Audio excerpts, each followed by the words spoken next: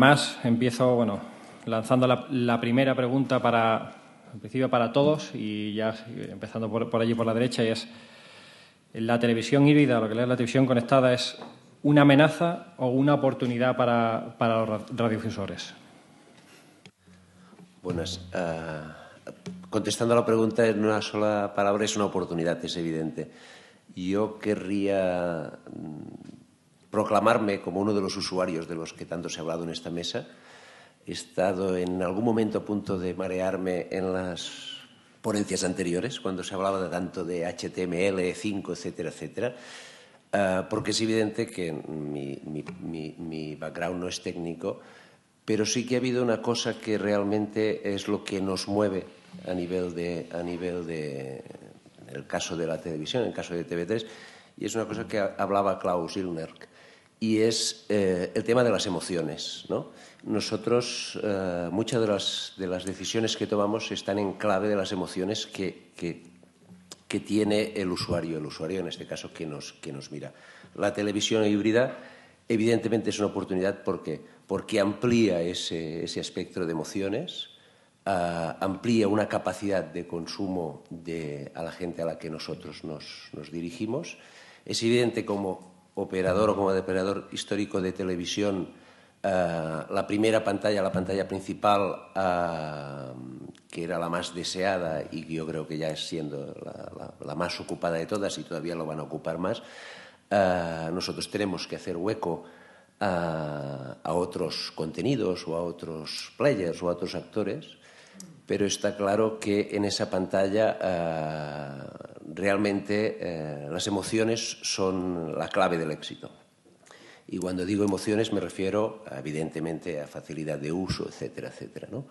Pero sobre todo el que allí se juntan 1, 2, 5 personas en función del momento del día y y el día de la semana y en función del tipo de familia y de hogar, y etcétera.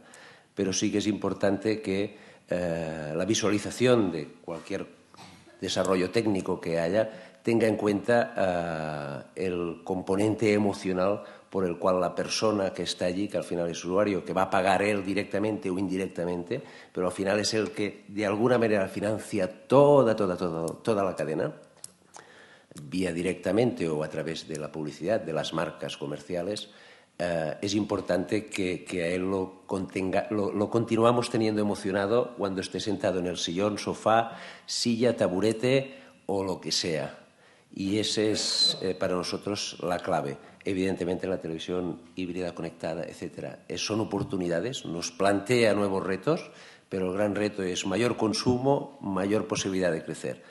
Evidentemente tendremos más competidores, tendremos otro tipo de lucha, pero ese es el planteamiento con el que abordamos toda esta nueva o estos nuevos retos que se nos vienen encima. Gracias. Chema. ¿Qué tal? Buenos días a todos. Pues yo, por no repetir lo que ha dicho Carles, estando totalmente de acuerdo con lo que ha dicho y por complementarlo, pues está claro, yo creo personalmente que es una oportunidad, pero en cualquier caso, si fuese una amenaza, tendríamos que convertirla en una oportunidad. Yo creo que los radiodifusores estos últimos meses, años, en cualquier caso en un espacio de tiempo muy corto, hemos demostrado tener una flexibilidad brutal hacia todos los cambios tecnológicos y, por no extenderme mucho, vino la TDT, que lógicamente nos fragmentaba el mercado, y lo que hicimos es, o por lo menos hablando directamente de nuestro grupo, fue convertirlo en esa oportunidad y empezamos a invertir en los nuevos canales, que nosotros llamábamos complementarios, empezamos a innovar en el tema de comercialización, haciendo proyectos innovadores que no había únicos en el mundo, como fue el proyecto de pauta única, y al final pues lo que hicimos es esa amenaza convertirla en una oportunidad y disponíamos pues de un grupo, una familia de canales con una comercialización adecuada. Hace ya muchos años, ya que lo conocéis, empezamos con una estrategia de gestión multiplataforma y multidispositivo, ¿no? que también nos obligó, pues por un lado, a cambiar todos nuestros procesos, por supuesto, a invertir con nuestra empresa de I3 de desarrollos en un sistema de gestión digital multiplataforma, ¿no? Porque tienes que cambiar totalmente, no solamente tienes que invertir en tecnología, sino que cambiar tu manera de crear contenidos, tu manera de gestionar los contenidos, porque son millones de vídeos los que se entregan en Internet, miles de clips, que son archivos digitales que salen por nuestras continuidades con unos grafismos. Entonces hay que invertir mucho en tecnología para crear esos sistemas, esos flujos de trabajo, esas automatizaciones de todos esos procesos, y nuevamente nos obligó a cambiar. Y por no extenderme de más, pues hemos tenido últimamente pues procesos de fusión que todos conocéis, que también de alguna manera hemos tenido que, no sé, entre dificultades, que sacarlos con éxito. Con lo cual, la palabra yo creo que nos tiene que definir, por quitar un mito que siempre se nos ha acusado a los broadcasters, es flexibilidad. Es decir, nosotros el cambio tecnológico estamos acostumbrados a él y en cualquier caso, si fuese una amenaza, lo vamos a tener, como lo hemos hecho siempre, convertir en una oportunidad. Además, lo hemos hecho estos cambios en un momento que nos iba bien, porque lo difícil es cambiar cuando te va bien. Y lo hemos demostrado, porque ahora mismo, sinceramente, nos sigue yendo bien. Es decir, yo agradezco a Paul Lee la conferencia que nos ha dado, pero al final los datos, yo tenía aquí también algunos datos que iba a dar, el consumo de televisión sigue creciendo, el mito de que los jóvenes no ven televisión es mentira, sigue creciendo el consumo de jóvenes en televisión, la penetración en España de la tele, en jóvenes, de la televisión con respecto a Internet son 13 puntos, que nosotros sabemos lo que sería 13 puntos en términos de audiencia, estaríamos muertos. Entonces, en definitiva, pues que los broadcasters nos hemos enterado de que el electrodoméstico este que tanto amamos ha dejado de ser una caja tonta, ya lo sabemos de hace mucho tiempo, lo tenemos claro, y entonces pues vamos a apostar por lo nuevo, vamos a seguir apostando y vamos a convertirlo desde luego en una oportunidad. Muchas gracias. Frederic. So, well, this is always some questions about opportunity and threats. Well, the threat is here. We don't know how big it is, but in front of us we have these internet giants such as Google and Apple that are there with billions of cash in their pocket. They can make huge investment, and at the same time they are not paying any taxes, or almost, in the countries where they are making business in Europe. So the response of broadcasters must be on all these different fields, including regulation. But at the same time, in TF1 we identified long ago this threat.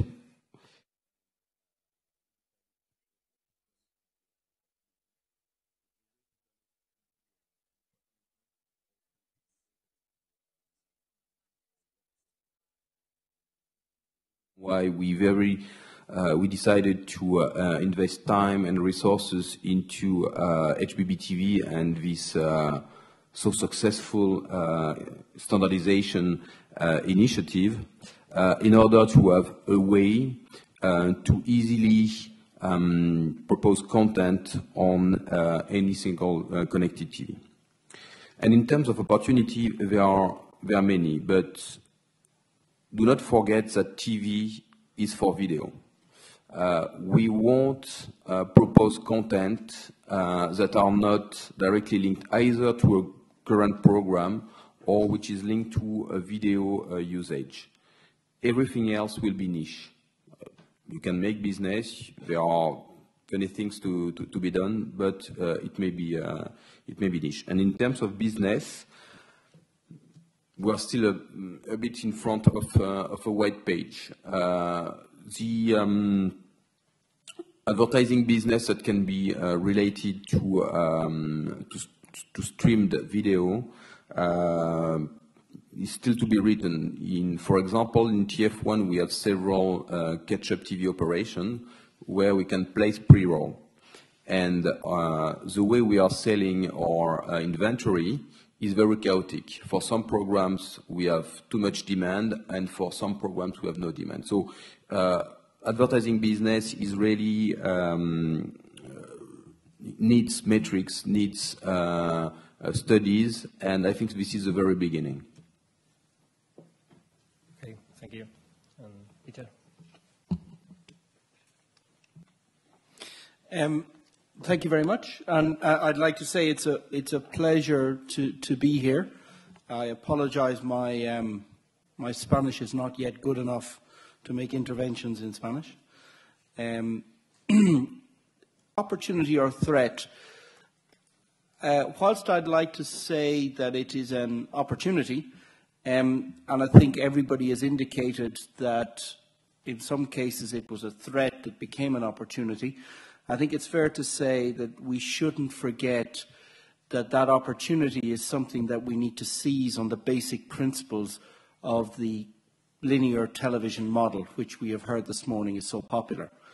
So the notion of simplicity is paramount. This has been mentioned a couple of times already. And the idea that hybrid television or connected television is going to transform the television into some form of multimedia consuming device like a computer is wrong. It will remain a video watching device, and that's not a problem. The key thing is to ensure that we in the broadcast community do not forget that it is the simplicity of our offering that makes it so popular. And we should continue to focus on a nice, easy-to-use platform. And that does not necessarily mean that we need to alienate the youngsters, as we have found young people also like simplicity and tend to consume devices and content that is nice and simple to do so. Just because you are young does not mean that the values of simplicity and quality are lost on you. So the first thing is opportunity, but there are a number of threats in this space. We've heard about the challenges of ensuring that the production systems can keep track of the necessary demands that will be placed on our content. But there are other threats as well, not least of which is that connected television is the first real evidence we have of internet-delivered content and broadcast-delivered content appearing on the same device, essentially seamlessly to the viewer. And it will be very important to ensure that the rules and regulations that govern our businesses are also transformed into this new space, so that we can respect the revenue streams that are essential to ensuring this simplicity of offering, and also that we can ensure that our children and grandmothers and other things their safety and their rights are also protected. So I think that it is an opportunity for the whole industry to grasp. All the figures suggest that when we move our online services to linear television viewing devices, that the usage will explode. So it's a threat to the broadband networks that we rely on for distribution. Our governments and regulators are going to have to ensure that the rules that govern the business are also applicable in this space, that they are relevant, and that they protect the interests of those involved in this space. And we're going to also have to ensure that all of the different participants gain the necessary threats that we need to be aware of as we do so. Thank you. Continuando un poco con lo que comenta Peter, con la irrupción de lo que es la televisión conectada, pues aparece un nuevo canal de distribución. O sea, realmente hasta ahora el canal broadcast pertenecía al broadcaster y ahora, pues con la televisión conectada, esto puede suponer un problema para el broadcaster, el tener, oye, pues ese canal no es mío exclusivamente y a la televisión pueden llegar otros contenidos que no son míos o que yo no los controlo ciertamente.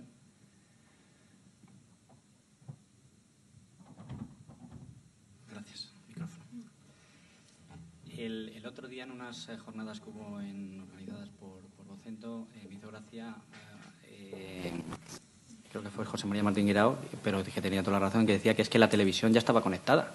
Y tiene razón, aparte de estar conectada a la red, a la red eléctrica, perdón, y al cable de RF donde se recibiría la antena, pues estábamos ya también en ese sentido compitiendo con otros canales que ahí sí que no controlábamos. Estaba conectado al vídeo, que la gente grababa lo que quería, estaba conectado a los DVDs, está conectado a las videoconsolas, que también cogían consumo de la pantalla, por supuesto también a la competencia del cable, del satélite, y luego, como hemos visto aquí, los usuarios más avanzados incluso ya conectaban el PC para ver contenidos. Entonces, efectivamente, ¿a qué se refería con el tema de la conectada? Pues está conectada a Internet, y como decía Peter, que yo estoy de acuerdo con el tema de las amenazas. Entonces, ¿qué es lo que nos estamos refiriendo? ¿A que ahora Internet entra en la caja tonta y por eso digamos que es una amenaza. Bueno, pues es lo que estábamos refiriéndonos antes y hablaremos más adelante. Ese nuevo canal, a diferencia de los otros, lo que sí que nos tiene que permitir, aunque digas tú que no lo controlemos, nos permite Internet una conexión directa con nuestros espectadores. Por lo tanto, si estamos haciendo una estrategia adecuada en nuestra distribución de contenidos de Internet, tenemos que empezar a aprender a conectar con nuestros usuarios, ahora en este caso, ¿no? Pero cuidado que también a Internet le aparece una nueva amenaza, porque el consumo, creo entendido, que el consumo de Internet a través de la televisión híbrida está aumentando significativamente, lógicamente, porque cada vez tiene más penetración. Con lo cual, uno de los problemas que tiene Internet es que aparece otro nuevo dispositivo que le segmenta aún más el mercado, ¿no? Eso es lo que veo. Es decir, aparece un nuevo canal que aparentemente no controlamos, pero que es mucho más atractivo y que es lo que tenemos que aprender a controlar y a gestionar y a hacer dinero con él. Carlos. Siguiendo en esta línea, la mayoría de los broadcasters hemos estado presentes en Internet desde hace tiempo. Nosotros llevamos desde el 95, con consumos a la carta desde el 2004. Entonces, todas estas experiencias que hemos tenido en el entorno PC, por decirlo de alguna manera, pues nos sirven para llevar esas experiencias y trasladarlas y adaptarlas a todas las nuevas pantallas, sea la principal a través de la conexión, sea la pequeñita, el móvil, el tablet, todas ellas. Está claro que eso también, insisto, lo que hace es que el consumidor tenga o dedique más tiempo a ese entretenimiento, y eso nos permite poder, de alguna manera, captar más espectadores y más tiempo de ese consumo. Evidente, con el riesgo de si no lo haces bien y si no cumples con los requisitos de calidad, etcétera, etcétera, pues puedes perder. Eso es evidente, ¿no? Pero toda experiencia en ningún caso nosotros nunca hemos tenido controlado el broadcaster. Lo único que tenemos controlado es un canal o los que tenemos, pero siempre ha sido uno de los mercados más competitivos, el de la televisión, y yo creo que aquí y coincido de que no nos asusta porque ya llevamos tiempo en esa dinámica. Federico. Well, it's difficult to evaluate what means emergence of a new distribution canal. What is for sure is that now we can have access, well, the users can have access to a new way to consume video over the internet. And I would like to stress again that what people are looking for is also and primarily premium content. What people are looking at on open platforms such as YouTube and Dailymotion are very often something that is derived from the premium content you can watch either on the cinema theater or on TV, when it's not purely illegal content that are copy of things that you can find on TV or in the cinema theater. There's a very interesting fact that happened last year. In France, we have a very high penetration of IPTV. In France, you have between 30 and 40% of households that are accessing television through IPTV. And on this platform, for a little bit more than 1 year, you can have access to the whole catch-up of any single main DTT TV stations. So TF1, France Télévisions, M6, and all of us are available in catch-up TV, 7 days, on any of these ISPs set-top box, 40% of the population. And what happened is that now TF1, in terms of number of hours of video consumed on internet, is number 2, just after YouTube. So this means that the interest for the video over the internet will go directly to the traditional media business.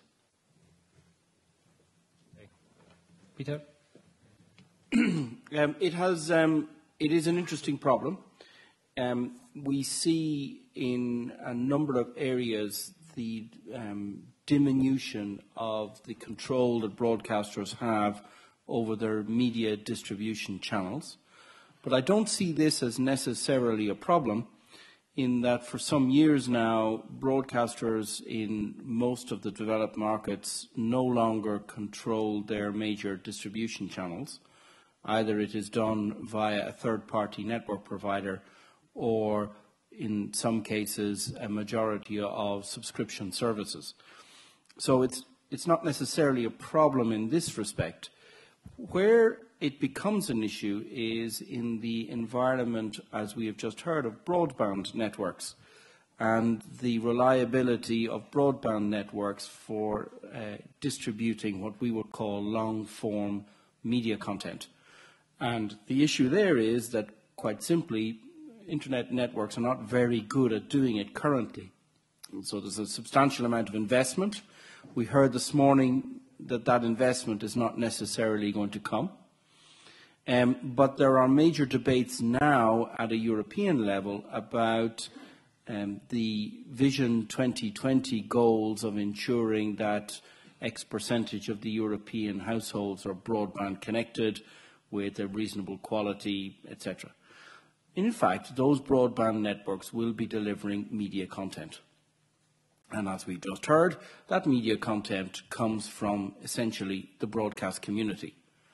So it is in our interest to ensure that we make these networks work. So all of us here in the broadcast area, and our previous speaker, Klaus Ilgner, are very heavily involved in innovating on broadband networks to make sure they work. Right down to, in some cases, installing equipment in all of the head ends of a particular internet service provider to ensure that they can deliver better quality of experience to the consumer. So it's a partnership process. It's not just us in the broadcast community saying that internet doesn't work for delivering media content. It's a partnership process, and it must remain so as we move forward. It is particularly important because, let us not forget, internet networks will in large part deliver media content in the future, so it must be a functional distribution mechanism. Okay. Y siguiendo un poco en todo lo que es la situación actual en la que está emergiendo la televisión conectada, actualmente es un coste del que ya se está obteniendo retorno. Es decir, ¿tenéis ya algún modelo de negocio que se vea con éxito o actualmente sigue siendo un coste totalmente para los broadcasters? No, yo creo que el modelo de negocio, la mayoría de los modelos de negocio en estos últimos tiempos están en revisión. No, pero en este caso el modelo de negocio no está basado tanto, no queremos basarlo tanto en el modelo de Internet, en el que el coste por impacto es muchísimo más bajo que en televisión. Creemos y estamos convencidos de que es un impacto con mucha mayor calidad que el impacto en el entorno Internet, por poner los dos modelos. En cualquier caso, ahora mismo tampoco hay una masa crítica y un complemento de usuarios que puedan acceder, tal como hemos visto en los gráficos y en los de esto de las diferentes, sobre todo la de Paul Lee, ¿no? En nuestro caso, como televisión operador público, sí que tenemos claro que tenemos una doble función, que es no solo hacer motor de que este tipo nuevo de consumo y de televisión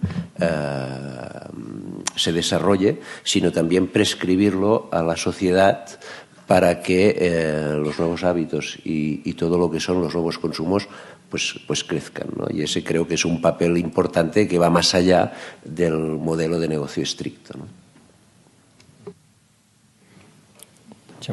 Sí, pues como decía el director general al principio de toda la introducción de la conferencia, nosotros en principio vamos a basar el modelo de negocio en la publicidad online. Es decir, nosotros generalmente nuestro modelo de negocio es casi siempre el mismo, tanto en televisión como en Internet. Lo que intentamos es hacer los contenidos de la mejor calidad posible y los más atractivos para que los espectadores nos elijan y luego innovando en la comercialización de los mismos. Entonces, ¿cómo hemos arrancado el modelo de negocio y cómo estamos aprendiendo aquí? Pues con la experiencia que teníamos en la web, lógicamente, ¿no? Entonces, hemos arrancado pues con los modelos que teníamos pues tanto de publicidad online como los famosos pre-roles, mid-roles y enganchando nuestra server a los servidores de vídeo, y así es como estamos arrancando, y efectivamente pues de momento las cifras son buenas y no es un modelo de costes, sino es un modelo a otro nivel pues rentable. Otra cosa es que efectivamente aquí es ya la publicidad en Internet y estamos hablando del modelo de negocio de una televisión en Internet, que lógicamente pues las grandes marcas todavía, afortunadamente, porque es nuestro negocio, siguen encontrando en la televisión pues lo que le damos a la televisión, esa cobertura que ellos necesitan, no se la está dando Internet. Sin embargo, ahora aparece pues esas otras nuevas oportunidades efectivamente de participación o de enganche o de compromiso con el usuario, ¿no? Okay. Frederic? Well, it's still very difficult. Bueno, sigue siendo muy difícil sacar conclusiones claras con respecto a un modelo de televisión para la televisión híbrida. Experimenting new services on the French market for about 1 year, and in terms of connected TV sets, we know that we have sold about 1 million HBB-TV compatible TV sets in France, and all in all, we could measure that there is 200,000 active HBB TV sets, so meaning an HBB TV set that has at least connected once to a server. So it's difficult to draw clear conclusions about that. But we are experimenting. So in terms of what we are experimenting, at least for TF1, there have been two major milestones during the last year. One was with the first synchronized HBB TV advertising. So its principle was very easy. You're watching an advertising. When your spot starts, you have an invite, and then you can get into a transaction and leave your mobile phone number to be called back, or QR code the advertising to get called back. This is not very different from what happened let's say, the first generation interactive TV with over satellite. The difference is that it's much easier to develop and to launch. So this is the first one. The second one is we experienced micropayment directly billed on the telco bill, so that is very seamless for the end user, and we expect to expand the base of consumer for real TV shows that want to make a vote and don't have the opportunity to grab their mobile phone to send the overcharged SMS. So these are the experiments. But in terms of global picture, what we are aiming at, of course, there are this kind of business. So, but I believe they won't make a revolution. We believe more in everything related to video, so it will take different forms. First, there will be freemium, so the ability for us to transform a non-paying user or viewer into someone that wants to purchase a program in advance. For example, we have deals with the US studio to be able to sell in VOD the series that we are broadcasting, but the latest season just after it have been aired in the US. So, for example, we are in Mentalist season 2 or 3 on our regular channel. but you can buy it. You can buy the latest season 5 or 4, I can't remember, directly after it's aired in the US. So it's what we call freemium, so the ability to transform a viewer into someone who will purchase VOD. And of course, there is advertising. And during the last year, with the rise of the catch-up TV services we have launched, we've seen that the market start to get more mature and to pay a higher price for pre-roll advertising. The issue, one of the issues we still have is that it's still quite fragmented, and advertisers are often wanted to either buy TV or tablet or internet, so it creates a fragmented offer for us. Okay. Peter. Thank you. I think, as has been pointed out, hybrid television represents, at the moment, for most of us, a cost which we have to bear in terms of distribution and development. Having said that, we have recognized the need to ensure that the matrix are there in order to be able to measure advertising, in order to be able to do targeted advertising, as we heard earlier today, in terms of trying to monetize the whole hybrid TV experience. Having said that, it seems that hybrid TV in any case is very much a solution to a problem that we have in the broadcast sector, which is how do we transfer the user experience around catch-up television, for example, or backwards EPG onto a consumer electronics device. This has so far only been done via games consoles and other devices connected to the TV set. Now we can do it directly in the TV set, and that means that there is immediately an attractive proposition to the consumer, and this attractiveness has been borne out in the usage rates for catch-up television on consumer devices. This is different, for example, to the case some years ago with MHP, where we had very much a solution, but we weren't quite sure what problem we were trying to solve. And the situation is now reversed, hence the popularity of the hybrid television systems.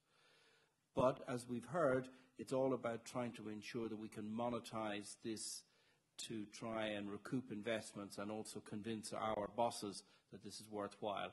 And that's where the experiments that our colleagues in TF1 have done and are being done elsewhere are extremely useful. We need now to put in place the necessary mechanisms to be able to measure audience usage so that we can convince advertisers of the value of this proposition. Thank you. Tenía más preguntas, pero bueno, yo creo que pues será a lo mejor interesante que el público lance alguna pregunta. Si ninguno os animáis, yo tengo aquí varias que lanzarles, o sea que como prefiráis.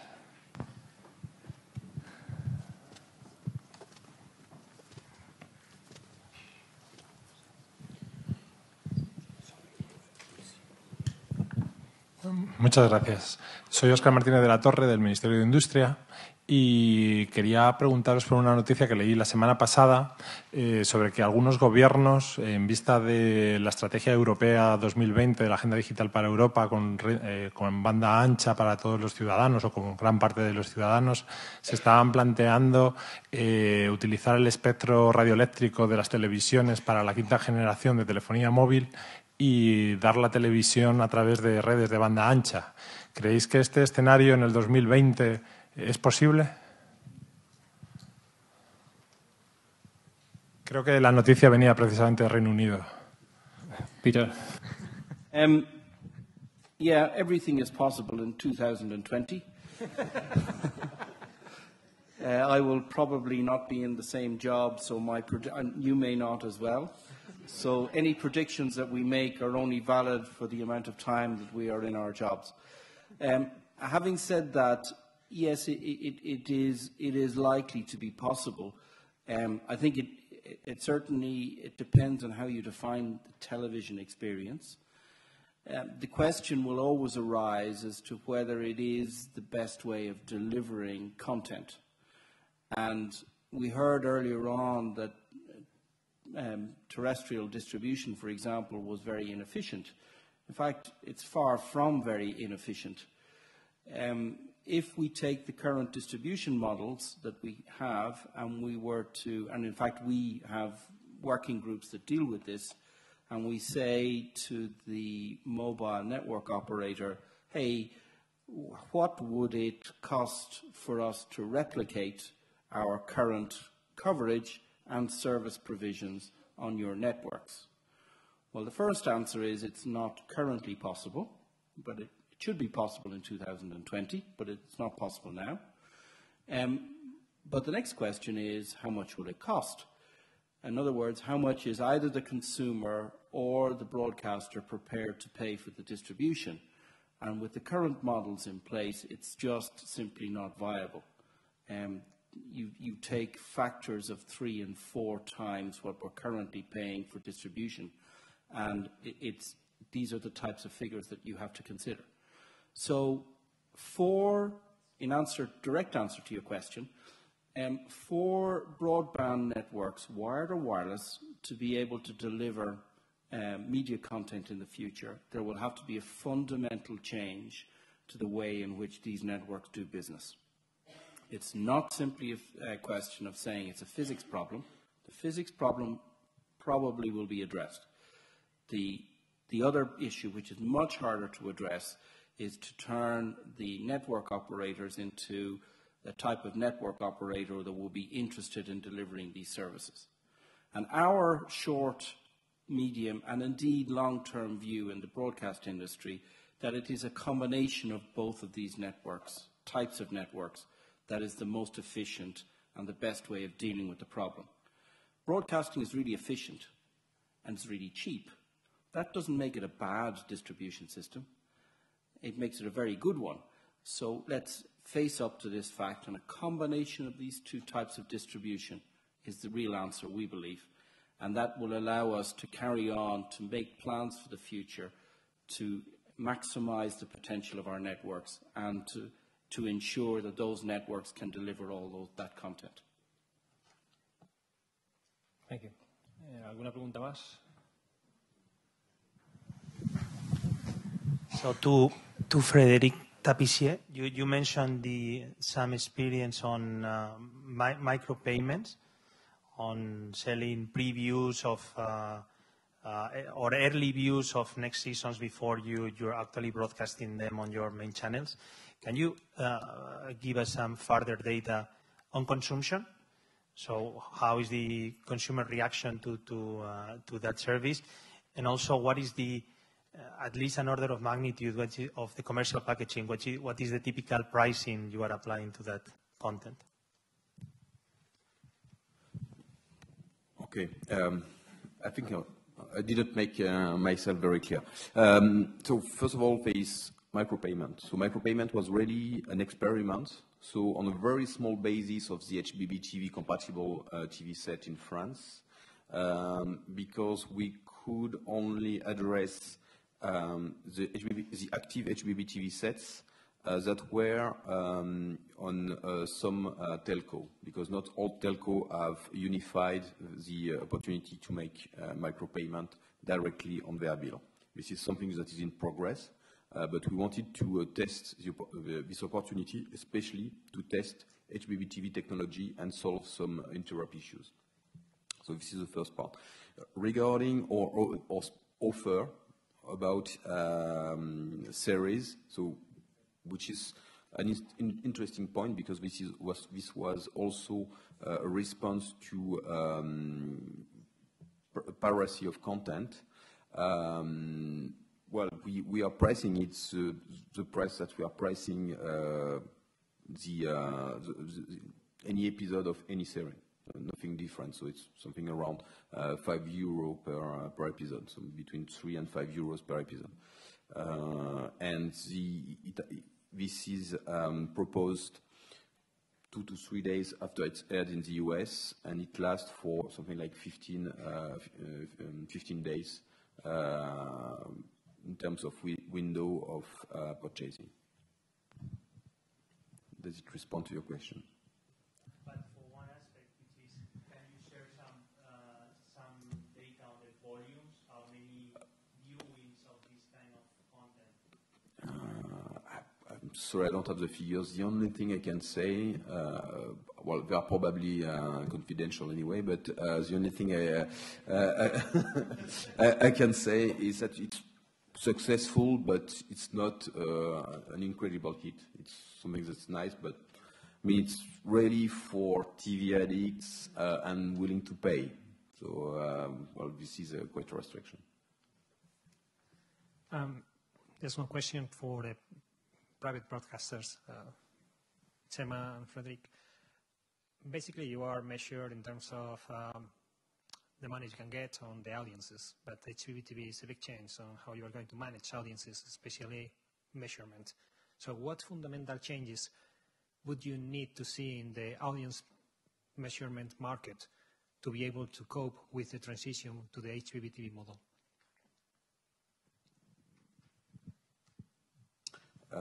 Okay. So first of all, in France, there's something that is slightly different than in Spain, and that I've learned yesterday, is that we account deferred consumption of TV programs. Meaning, if you have stored your program, if you are watching it in catch-up, or by any means a few days after it's being aired, it's taken into account into the audience measurement by the body that is mandated to measure audience. So this is the first point. But I think it doesn't solve the question about advertising on streamed video. Because when you are streaming a video, you are entering a different advertising model.